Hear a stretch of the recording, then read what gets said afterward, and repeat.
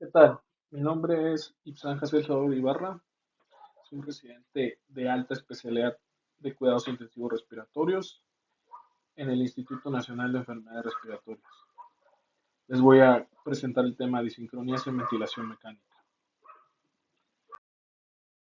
Como objetivos de esta charla será definir etimológicamente asincronía o disincronía, definir esfuerzo respiratorio, definir los tipos y reconocimiento de las disincronías en la ventilación mecánica y realizar un análisis y un enfoque terapéutico de las mismas.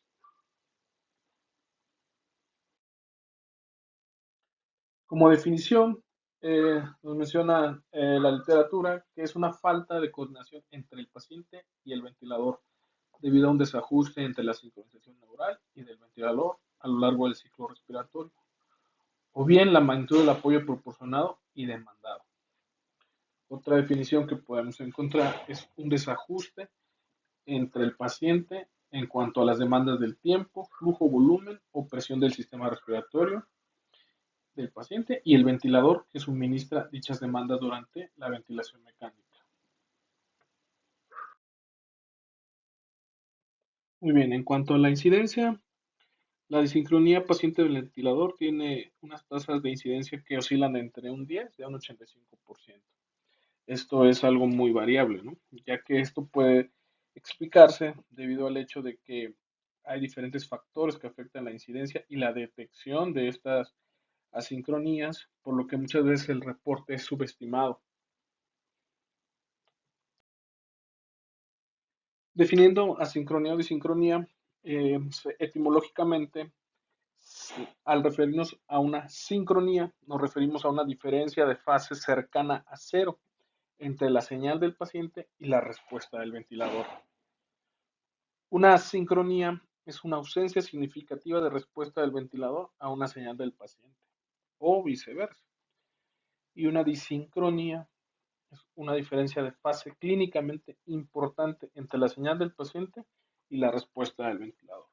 Por lo tanto, a partir de ahora nos dirigiremos como disincronías, ya que etimológicamente es más adaptado a este término. Bueno, que es importante, como les mencionaba, la detección oportuna de las disincronías en la ventilación mecánica, porque pues, muchas veces, como también se los comenté, son subdiagnosticadas o infradiagnosticadas, ¿no?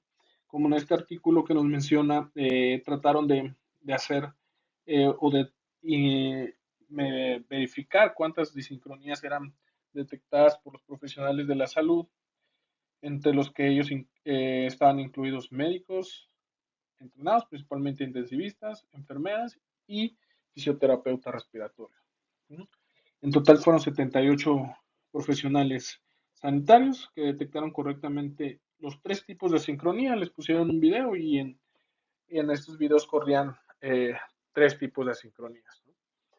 Y solamente el 21%, 21.3% pudo detectar los tres tipos de asincronía. Sí, el 30.3% dos tipos y 31.7% solo un tipo de disincronía. 71 participantes no identificaron ninguna disincronía.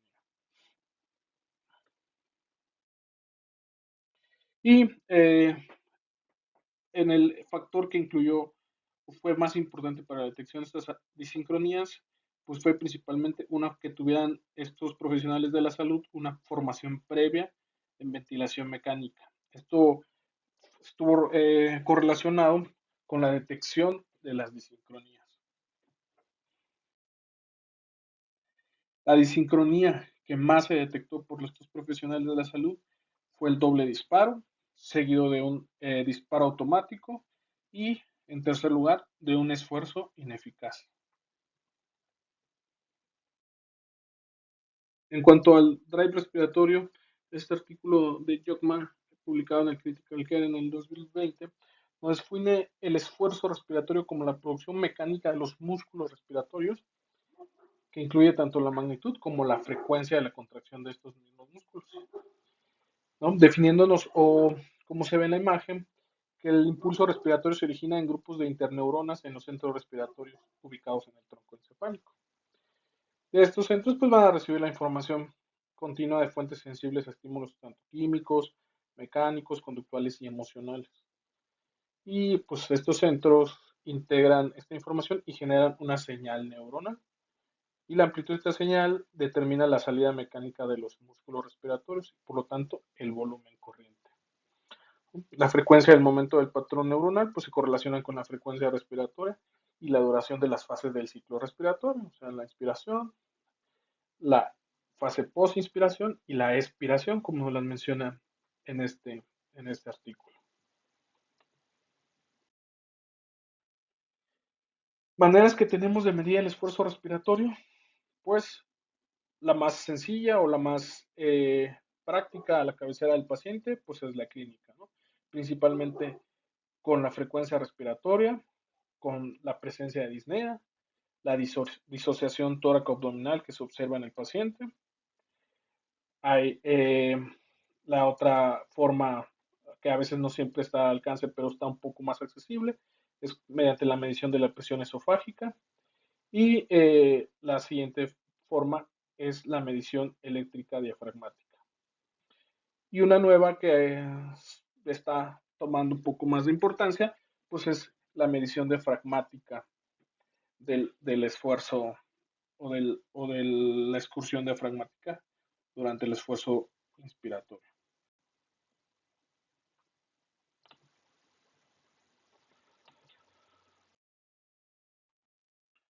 En cuanto a los tipos de sincronías que vamos a tener, pues vamos a observar cómo se ve en la gráfica, que es la misma gráfica de presión-tiempo que observamos en el ventilador mecánico. Vamos a observar asincronías en la fase de trigger, en la fase de flujo y en la fase de ciclado.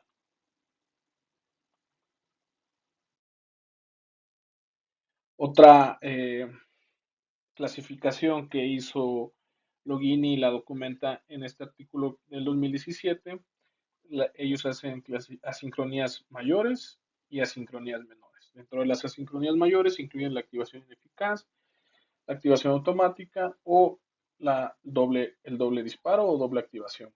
Y dentro de las asincronías menores incluyen los ciclados prematuros o cortos, los ciclados prolongados y el retraso de la activación.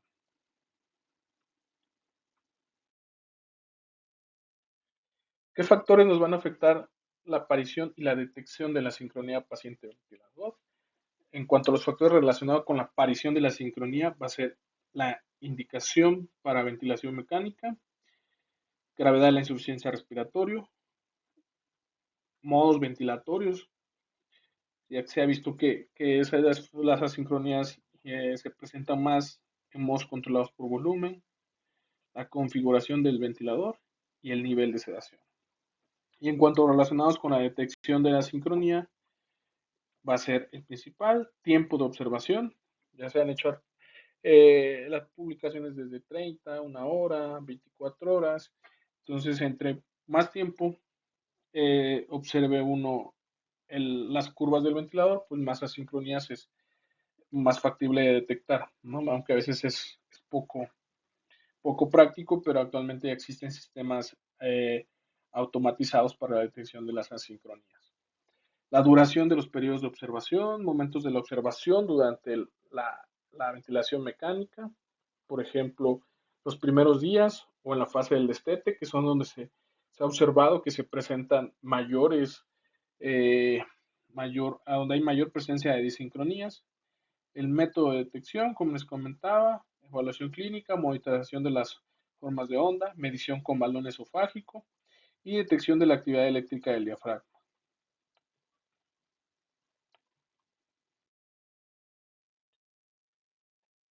Sabemos que existen variables de fase y variables fisiológicas.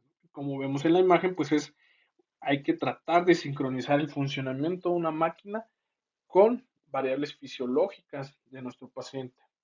Por lo tanto, es minimizar esta disincronía o esta lucha entre la máquina y el paciente, ¿no? En cuanto a las variables de fase, pues es el sistema de sincronización, la variable de presión o volumen y los criterios de desactivación. Y en cuanto a las variables fisiológicas que tenemos que tomar en cuenta, nos encontramos el impulso ventilatorio, la necesidad ventilatoria de nuestro paciente y el tiempo inspiratorio neural.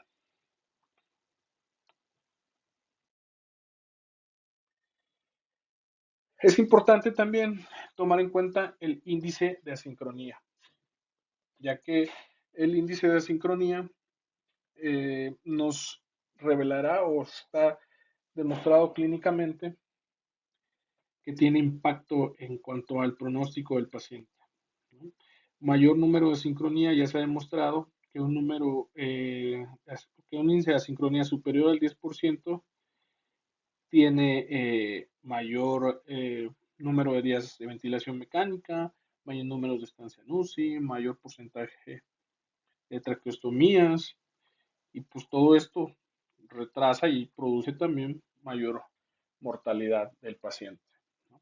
Este índice de asincronía se realiza observando el número de eventos de asincronía que se presentan divididos en la frecuencia respiratoria total entre por 100 y nos va a dar una cifra que la cual, como les menciono, es mayor al 10%, pues ya tiene repercusión clínica.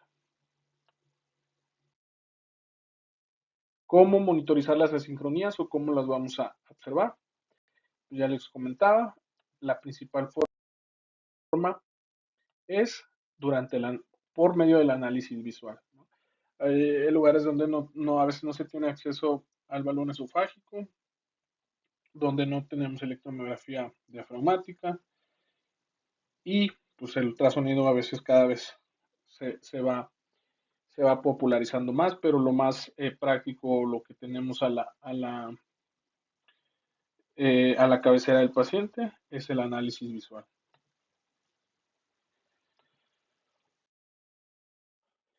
La primera sincronía que vamos a observar o que vamos a mencionar, pues es el esfuerzo ineficaz, ¿no? Como vemos aquí, esta sincronía, pues el paciente realiza un esfuerzo inspiratorio, pero el respirador o el ventilador no responde con otra respiración mecánica, ¿no? Sino es solamente un esfuerzo que el paciente realiza sin otra respiración del ventilador. O bien el paciente realiza un esfuerzo demasiado débil y el sensor o el disparador de flujo o presión no está configurado con un umbral adecuado.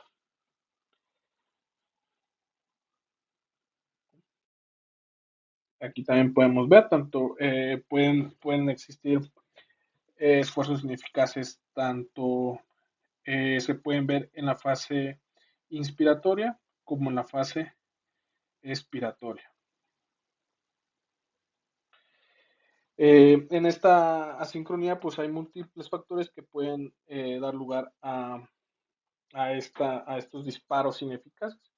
Uno de ellos es la sedación excesiva, la debilidad de los músculos, principalmente del diafragma del paciente, un exceso de soporte también por parte de nosotros, programado en el ventilador, que también nos puede dar un tiempo inspiratorio muy corto cuando hay un secundario el exceso de soporte, o en los pacientes principalmente en aquellos con EPOC que tienen, que generan autopip cuando el tiempo expiratorio es más corto que el tiempo necesario para realizar o para que no se lleve a cabo la hiperinsuflación, entonces se producen estos esfuerzos inefectivos.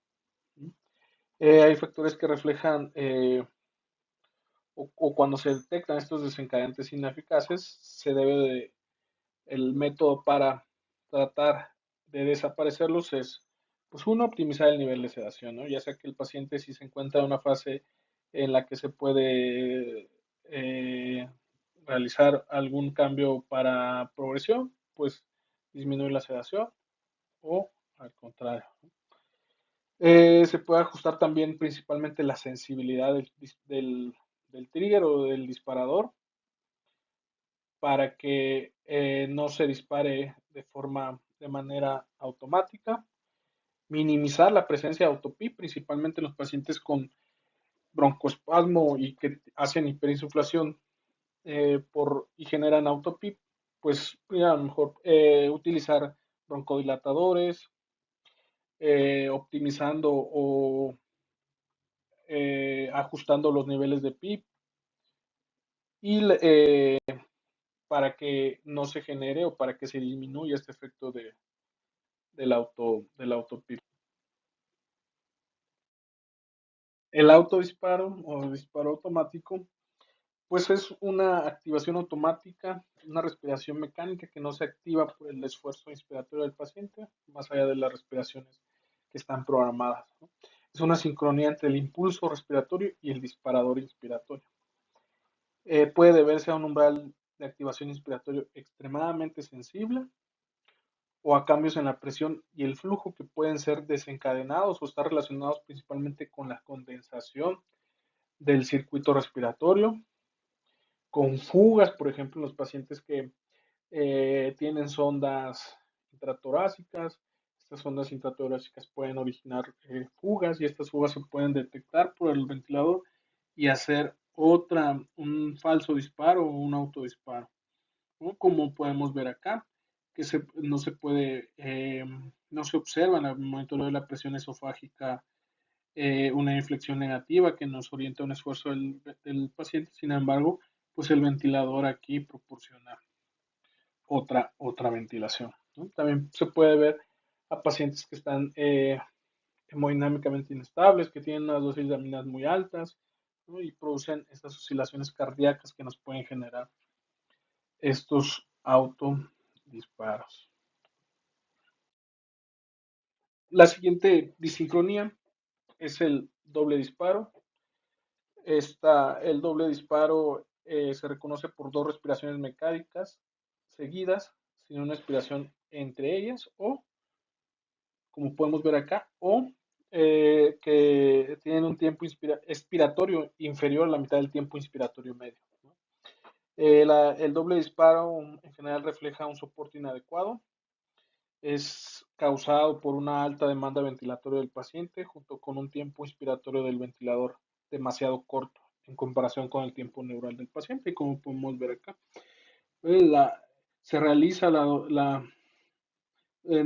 existe un tiempo expiratorio después de una inspiración y posteriormente se vuelve a activar o a desencadenar otro otra inspiración.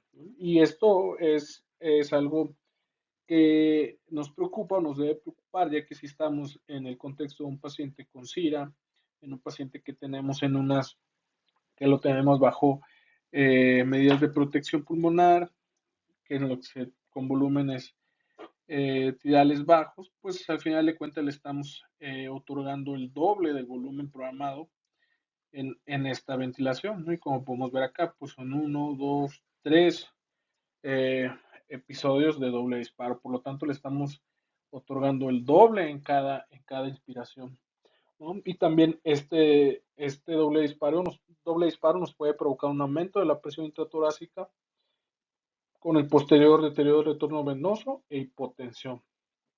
Por lo tanto, es de las asincronías que más debemos de tener cuidado.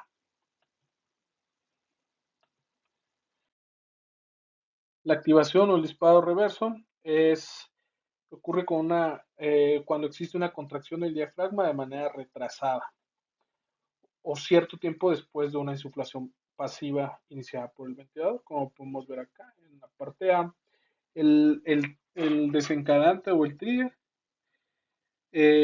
ocurre y posteriormente la ventilación. ¿Okay? Monitorizado con la presión esofágica, podemos ver que coincide la presión, el esfuerzo respiratorio del paciente con la inflexión negativa que vemos aquí en la presión esofágica, con el incremento de la presión y el incremento del flujo.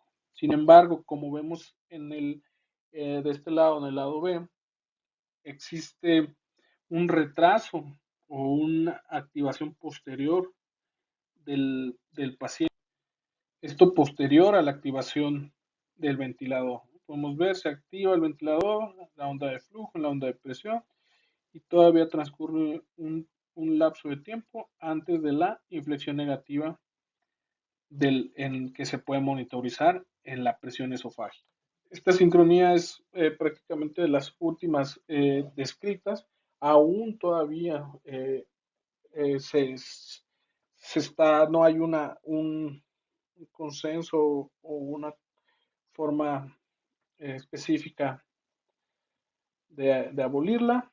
Se ha observado que ocurre principalmente en pacientes bajo sedación profunda o que se encuentran en una fase de transición desde la ventilación controlada a la ventilación espontánea. Por lo tanto, este es un intento de abolirla en pacientes que ya están preparados eh, para una progresión en la ventilación, pues cambiarlos tal vez a un modo eh, con presión soporte para evitar esta sincronía.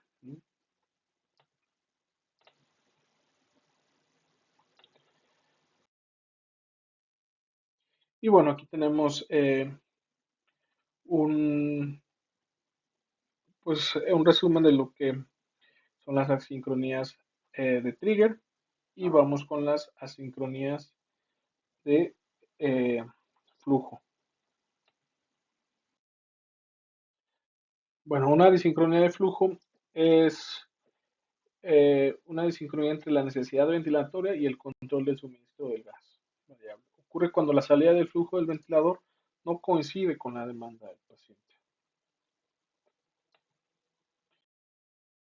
Y pues tenemos principalmente dos, ¿no? El flujo inspiratorio insuficiente o también llamada en algunos o nombrada en algunos artículos como una sed o hambre de aire, ¿no? Esta eh, disincronía se basa en la administración insuficiente de flujo de gas y pues como consecuencia no se logra satisfacer la demanda ventilatoria del paciente, lo que va a provocar una activación y mayor gasto energético de los músculos inspiratorios. Y se puede visualizar, como vemos acá, como una concavidad en la curva de presión durante la fase inspiratoria. Podemos ver aquí se hace una curva inspiratoria y posteriormente el paciente continúa por eso se es descrito como una sed de hambre porque continúa todavía en la inspiración hasta alcanzar la presión pico, ¿no? Una vez entregado en flujo inspiratorio que estaba programado. Por lo tanto, esta es una característica de este flujo inspiratorio insuficiente, ¿no? La concavidad que se hace en la curva y el pico al final de esta. Las causas de este flujo inspiratorio insuficiente pueden ser principalmente un flujo inspiratorio bajo, un volumen tidal bajo programado, principalmente en el contexto de pacientes con SIRA, así como también otras situaciones relacionadas que generan un alto impulso respiratorio, como puede ser agitación psicomotriz, dolor, fiebre, así como también un tiempo de rampa eh, incrementado. Por lo tanto, en cuanto a las maniobras que se deben de realizar para intentar abolir el flujo o para abolir el flujo inspiratorio insuficiente, pues es principalmente controlar estados de ansiedad, una analgesia adecuada, eh, incrementar el flujo inspiratorio y el volumen tidal si es posible, ¿no? Y si no, también se puede intentar una reducción de la rampa en cuanto somos controlados por presión. Si es el caso de un paciente que tiene criterios para progresar o para a una ventilación espontánea, el cambio a una modalidad por presión soporte puede también ser una solución para este tipo de disincronía. Continuamos con el flujo inspiratorio excesivo, el cual es una disincronía menos frecuente que el flujo inspiratorio bajo, ya que en comparación con la sincronía, con esta sincronía, pues es más probable programar un flujo bajo que un flujo alto. Y esta disincronía se va a observar principalmente en modo controlado por volumen, ¿no? Donde el flujo inspiratorio es excesivo o superior a la demanda del paciente, como podemos ver aquí, es todo al contrario de la disincronía previa. El pico se ve o se observa al inicio o al llegar a la presión inspiratoria, pico, y es al inicio de la respiración, o provocando, se observa principalmente en modo controlado por volumen, como les menciono. Este flujo inspiratorio es excesivo, provoca una sobrecompensación y también puede ocurrir en modos controlados por presión debido a una alta programación de la presión inspiratoria o de presión soporte, ¿no? Que se va a generar con una presurización excesiva. Por lo tanto, las maniobras para abolir esta disincronía es reducir el flujo inspiratorio en modo controlado por volumen hasta satisfacer la demanda del paciente, o tratar de obtener una relación expiración cercana a 1:2, esto pues, sin favorecer un atrapamiento aéreo. Y en modos controlados por presión, disminuir la asistencia durante presión soporte o la presión inspiratoria, así como se puede aumentar el tiempo de rampa o tiempo de subida. Y bueno, vamos a pasar a las asincronías del ciclado. En cuanto a ciclado, tenemos ciclado temprano, que es una inspiración, termina dentro de un tiempo clínicamente importante antes del pico del esfuerzo del paciente, ¿no? El evento de ciclo ocurre antes de que cese el esfuerzo del paciente, por lo tanto el tiempo inspiratorio neural del paciente es más largo o es mayor al tiempo inspiratorio impuesto por el ventilador. El ciclado temprano, como podemos ver en esta curva de flujo, se debe principalmente a una interrupción del ventilador al flujo respiratorio antes de lo deseado por el paciente. Y pues esto se ve debido principalmente a un tiempo inspiratorio programado corto. Por lo tanto, la medida para abolir esta disincronía pues va a ser incrementar el tiempo de ciclado, ¿no? O disminuir también la sensibilidad expiratoria que existe que se puede realizar en los ventiladores. Y el ciclado tardío, como sabemos, pues el ciclado puede ser prematuro, puntual o tardío. Y va a ser todo lo contrario. Va a ser un tiempo inspiratorio programado por el ventilador mayor al tiempo neural del paciente, ¿no? Esto es que el periodo de inspiración por parte del ventilador se mantiene, como podemos ver aquí, a pesar de que el paciente termina su tiempo inspiratorio neural, el ventilador todavía continúa con el tiempo inspiratorio. Por lo tanto, la causa de esta desincronía es un tiempo inspiratorio prolongado. Y su método para tratar o intentar abolirlo va a ser reducir este tiempo inspiratorio. Y pues podemos ver aquí cómo se ve la curva. A manera de resumen, en el ciclado tardío se puede ver cómo el paciente, a través de la monitorización de la presión esofágica, ha terminado eh, su tiempo inspiratorio. Sin embargo, el ventilador continúa otorgando todavía, o es mayor el tiempo inspiratorio del ventilador. Que ves todo lo contrario en el ciclado prematuro o temprano, ¿no? Aquí podemos ver en la presión esofágica que la deflexión negativa continúa cuando el ventilador ya ha ciclado y ha terminado. Esto es previo al tiempo inspiratorio neural del paciente.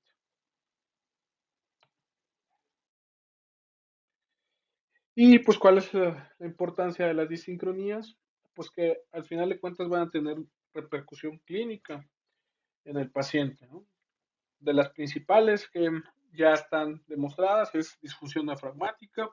La disfunción diafragmática sabemos que nos va a generar mayor debilidad, mayor porcentaje de fracasos a la extubación, mayor permanencia en ventilación mecánica y mayor índice de traqueostomía, como se los había comentado. Todo esto aunado también a una dificultad y un winning prolongado.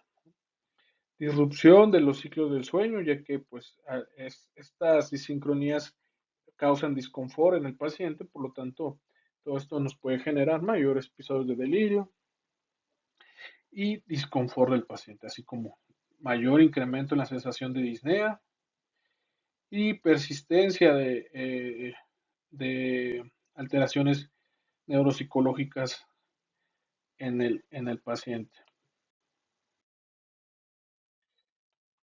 Y pues como conclusiones, la repercusión que tienen en los pacientes debido al incremento del trabajo respiratorio de disnea y aumento de sedación nos va a llevar a una debilidad diafragmática, delirio, que va a culminar todo esto en una estancia prolongada en la unidad de cuidados intensivos. Es importante detectar las disincronías y corregirlas para evitar llegar a lo que ya comentamos y nunca hay que subestimarlas o pasarlas por alto.